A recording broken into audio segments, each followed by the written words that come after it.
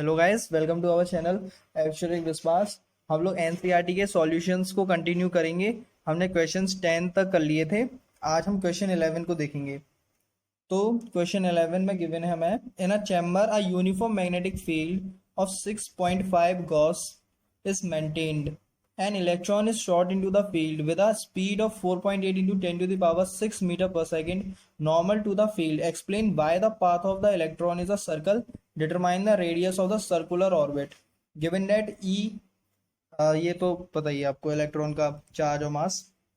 तो हमें एक यूनिफॉर्म मैग्नेटिक फील्ड दे रखी है, ये यूनिफॉर्म मैग्नेटिक फील्ड दे रखी है, और हमसे कहा गया है कि हमने एक इलेक्ट्रॉन परपेंडिकुलर इसके शॉट किया यहाँ पे, यानी कि हमने एक इलेक्ट्रॉन यहाँ पे शूट किया है परपेंडिकुलर मैग्नेटिक फील्ड के। अब ये जो इलेक्ट्रॉन है ये मैग्नेटिक फील्ड में आके गोल घूम जाएगा, सर्कुलर मोशन करेगा, पर ऐसा क्यों करेगा? तो इसके पीछे देखो, रीजन तो बहुत ही सिंपल सा है कि जब मैग्नेटिक फील्ड में ये जाएगा तो हमें पता है कि मैग्नेटिक फील्ड में जब कोई इलेक्ट्रॉन या कोई भी पार्टिकल जाता है तो उसके ऊपर एक फोर्स अप्लाई करती है मैग्नेटिक फील्ड, और वो फोर्स हम निकाल भी सकते हैं लेफ्ट हैंड फ्लेमिंग रूल से। तो हम इसके ऊपर फोर्स निकालेंगे, वो आएगी नीचे की तरफ, और वो फोर्स परपेंडिकुलर होती है इन दोनों के ही, जो इलेक्ट्रॉन जिस वेलोसिटी से आ रहा है उसके और इस मैग्नेटिक फील्ड के दोनों के परपेंडिकुलर होती है वो फोर्स। हमने निकाली वो फोर्स। तो मान लो ये इलेक्ट्रॉन यहाँ आया, इस पर एक फोर्स लगी इस साइड, इसकी डायरेक्शन नीचे हो गई। फिर दोबारा से हम देखेंगे कि ये इधर आ रहा है और मैग्नेटिक फील्ड अंदर की साइड है, तो फिर इस पे नीचे की साइड फोर्स लगेगी, फिर इसकी डायरेक्शन कुछ ऐसे हो जाएगी, फिर फोर्स लगेगी, फिर कुछ ऐसे हो जाएगी। ऐसी करके ये सर्कुलर पाथ में घूमने लगेगा, क्योंकि फोर्स कंटिन्यूसली लगेगी। वो डायरेक्शन फोर्स का उस हिसाब से चेंज होता रहेगा जिस हिसाब से इलेक्ट्रॉन का डायरेक्शन चेंज होता रहेगा, पर फोर्स लगती रहेगी। तो यही रीजन है, यही जो मैग्नेटिक फील्ड के द्वारा फोर्स अप्लाई की जा रही है इस इलेक्ट्रॉन पे, ये रीजन है जिससे कि वो इलेक्ट्रॉन सर्कुलर पाथ में घूमने लगता है। अब हमने हमें इसकी रेडियस निकालनी है कि जो सर्कुलर ऑर्बिट में वो घूम रहा है, तो हमें उसकी रेडियस कैसे निकालेंगे। उसके लिए पहले एक बात समझ लीजिए कि हमने जब इलेक्ट्रॉन पे एक फोर्स अप्लाई करी तो ये फोर्स उसको गोल घुमाने का काम कर रही है, सर्कुलर पाथ में घुमाने का काम कर रही है, और सर्कुलर पाथ में जो फोर्स घुमाती है किसी भी चीज को, उसे हम सेंट्रीपिटल फोर्स कहते हैं। तो यहाँ पे जो फोर्स मैग्नेटिक फील्ड के द्वारा अप्लाई करी जा रही है इस इलेक्ट्रॉन पे, वो सेंट्रीपिटल फोर्स के इक्वल होगी, क्योंकि दोनों सेम ही वर्क कर रही हैं अभी। तो हमारा जो फोर्स अभी इस पे अप्लाई की जा रही है उसका फॉर्मूला हमें पता है, क्यू वी बी होता है फॉर्मूला उसका। यहाँ पे क्यू चार्ज जो है इलेक्ट्रॉन ले रखा है, तो electron into velocity into magnetic field कर लेते हैं।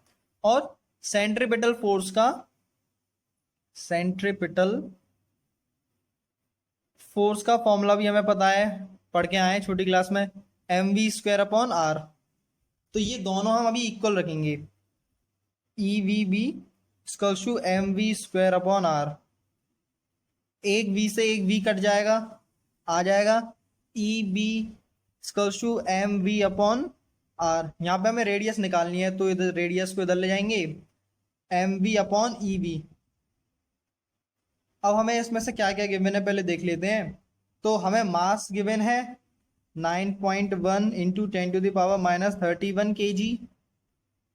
वेलोसिटी भी गिवन है ना, velocity short with a field, हाँ वेलोसिटी भी गिवन है 4.8 into 10 to the power 6 metre per second. और इलेक्ट्रॉन का चार्ज भी गिवन है 1.6 into 10 to the power minus 19। अभी माइनस लगाने की कोई जरूरत है नहीं, क्योंकि मैग्नीट्यूड निकालने हैं, सिर्फ डायरेक्शन से अभी कोई फर्क पड़ता नहीं है, तो माइनस नहीं लगाएंगे तो भी चलेगा। और बी मैग्नेटिक फील्ड भी गिवन है 6.5 गॉस, यानी कि 6.5 into 10 to the power minus 4 tesla. बस अब इसे कैलकुलेशन करके सॉल्व कर देंगे तो आपका आंसर आ जाएगा, 4.2 सेंटीमीटर।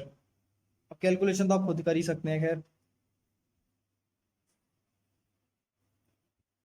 तो स्टार्ट करते हैं question 12। In exercise 11, obtain the frequency of revolution of the electron in its circular orbit. Does the answer depend upon the speed of the electron? Explain. तो ये क्वेश्चन 11th वाले question के आधार पर है, मतलब कि क्वेश्चन 11 में जो इलेक्ट्रॉन दे रखा था हमें, उसकी अब हमें फ्रीक्वेंसी निकालनी है। तो सबसे पहले हमने एक वेलोसिटी और एंगुलर वेलोसिटी के बीच में रिलेशन पढ़ा हुआ है, 11th क्लास में पढ़ा था, v equals to omega R. इससे हम ओमेगा आर की वैल्यू निकाल लेंगे, ठीक है, omega equals to v upon R. अब ये जो r है इसकी वैल्यू हमने 11th क्वेश्चन में निकाली हुई थी, इसकी जो फॉर्मूला लगाना हुआ था हमने, r equals to M V upon E B, ये फॉर्मूला हमने क्वेश्चन 11th में निकाला था। अब हम इसे यहाँ सब्स्टिट्यूट कर देते हैं आर की वैल्यू की जगह, तो omega equals to V upon M V upon E B, E B ऊपर चला जाएगा, v into E B upon M V, v से भी कट जाएगा। तो ये जो क्वेश्चन था ना कि the answer depend upon the speed, ये तो यहीं पे सॉल्व हो गया कि v से v कट गया, मतलब स्पीड पे तो डिपेंड करता नहीं है, जो फ्रीक्वेंसी हम लोग निकालेंगे वो स्पीड पे डिपेंड नहीं करेगी, v यहीं पे कट गया है। अब हम फ्रीक्वेंसी निकालेंगे, तो हमने एक और चीज पढ़ी थी 11th क्लास में कि omega equals to 2 pi nu, ये भी हमने पढ़ा था, ठीक है। अब हम यहां से न्यू की वैल्यू निकाल लेते हैं, क्योंकि न्यू ही तो होती है फ्रीक्वेंसी और यही हमें निकालनी है।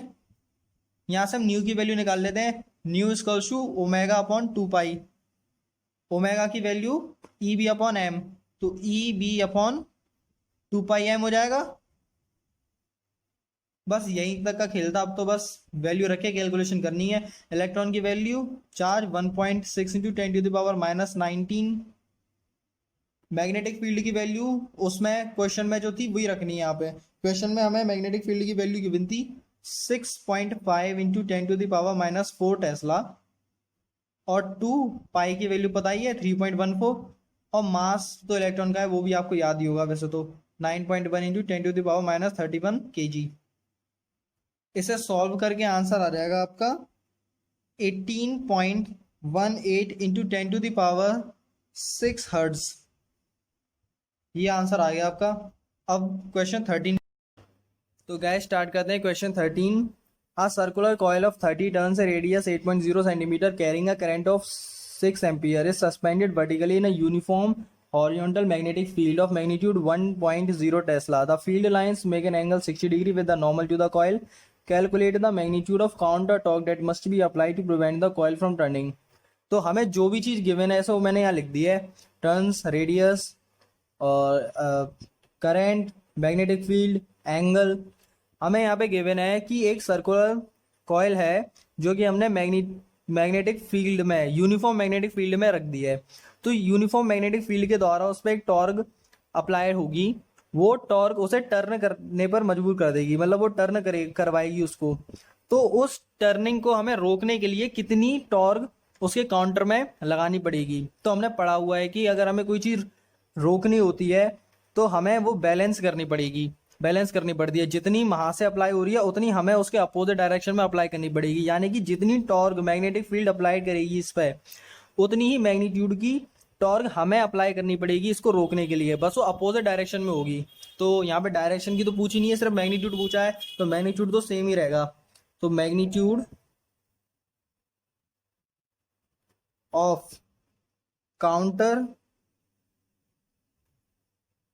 Torque is equal to the magnitude of deflecting torque।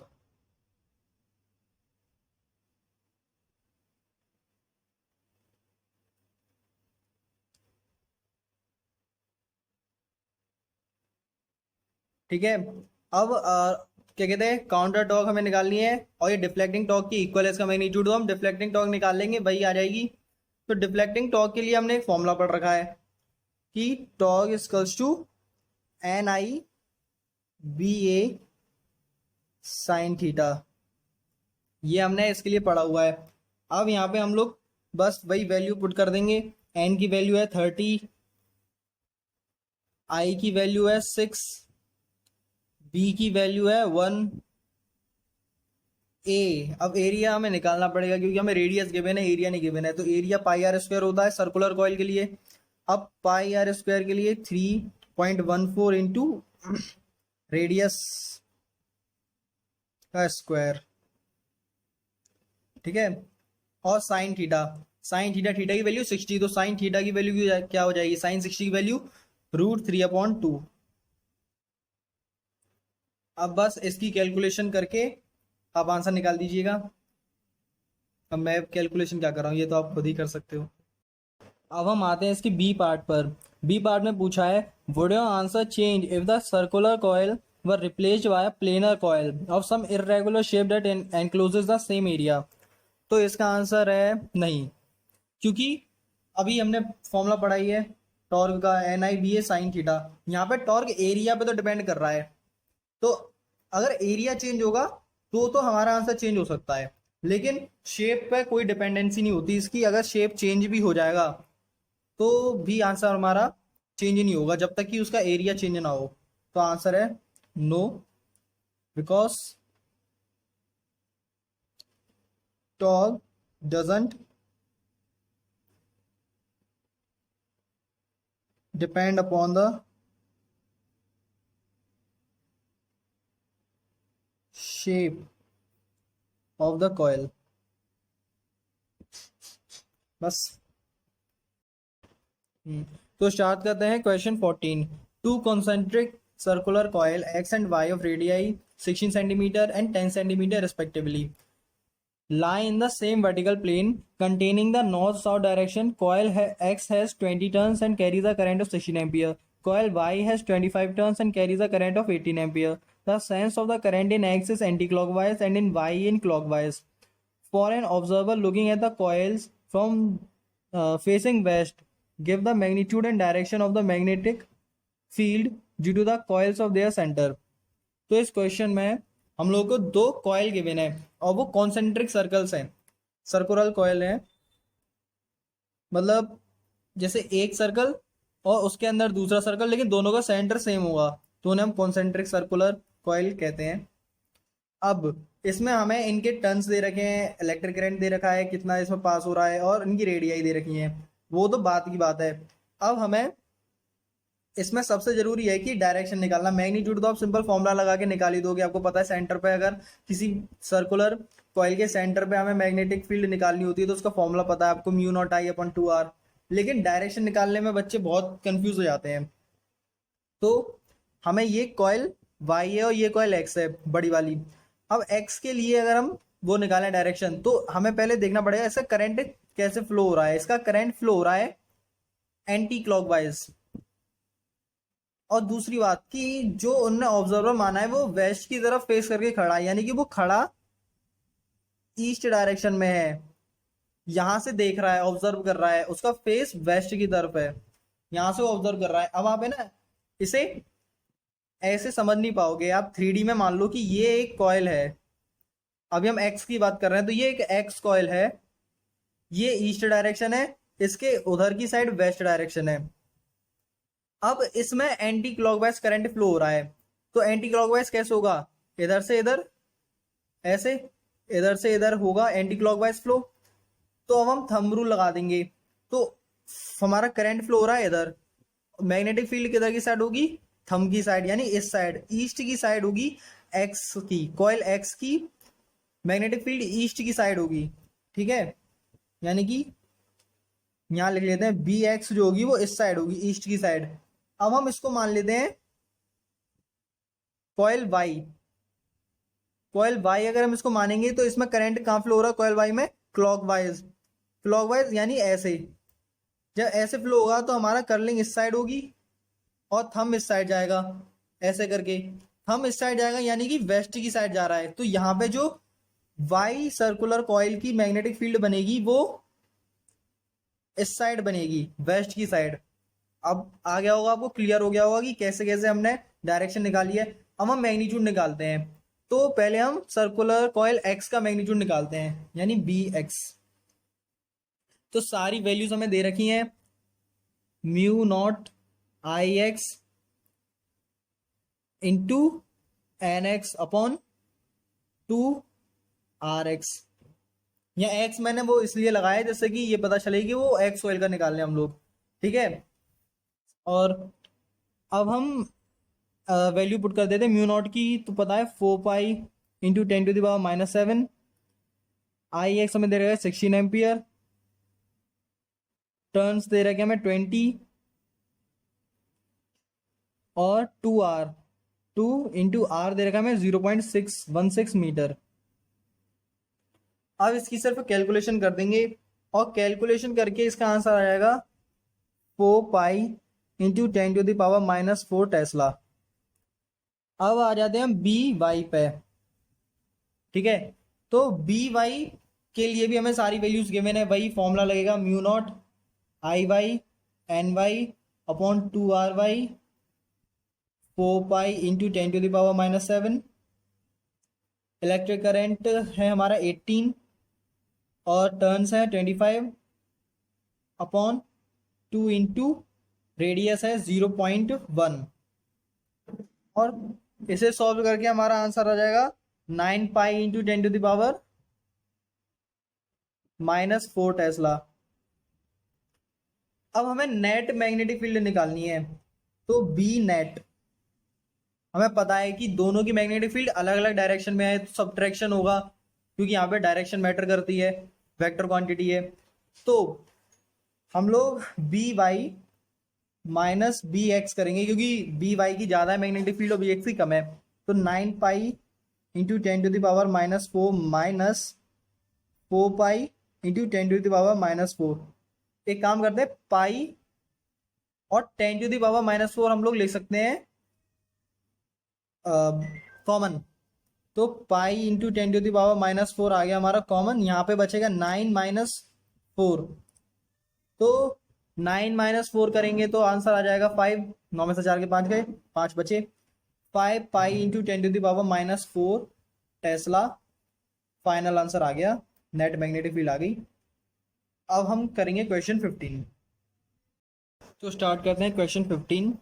A magnetic field of 100 Gauss is required, which is uniform in a region of linear dimension about 10 centimeter and area of cross section about 10⁻³ meter square. The maximum current carrying capacity of a given coil of wire is 15 ampere and the number of turns per unit length that can be bound round a core is at most 1000 turns per meter. Suggest some appropriate design particulars of a solenoid for the required purpose. Assume the core is not ferromagnetic. इतने बड़े question में हमसे पूछा ये है कि अगर एक magnetic field uniform magnetic field है 100 गॉस की, यानी 100 इंटू 10⁻⁻⁴ टेस्ला की, तो उसके लिए हमें सोलेनॉइड अगर हम कोई बनाना चाहते हैं तो उसमें हमें कितनी करंट चाहिए होगी, कितना उसमें नंबर ऑफ टर्न्स चाहिए होंगे, ये हमसे पूछ रहा है वो। तो हमें एक सोलेनॉइड बनाना है जो कि बहुत टाइटली बॉन्ड या क्लोजली बॉन्ड होना चाहिए, क्योंकि अगर वो क्लोज नहीं होगा तो उसमें से मैग्नेटिक फील्ड लीक हो सकती है, तो वो यूनिफॉर्म नहीं रहेगी। तो हमें अगर इस सोलेनॉइड के अंदर मैग्नेटिक फील्ड निकालनी होती है तो उसका फॉर्मूला होता है म्यू नॉट आई और into N turns, number of turns into कर देते हैं जितने होता है। यहाँ पे हमें मैग्नेटिक फील्ड कितनी दे रखी है, 100 into 10⁻⁻⁴ Tesla, mu naught 4 pi into 10⁻⁻⁷ होता है। यहाँ पे हमारा number of turns into electric current, इसे सॉल्व करें अप्रोक्सीमेटली आ जाएगा 8000 के बराबर अप्रोक्सीमेटली। अब हमें नंबर ऑफ टर्न्स यहाँ पे कितने यूज करने हैं, दे रखा है इसमें 1000 टर्न्स पर मीटर, तो आई की निकाल देंगे हम,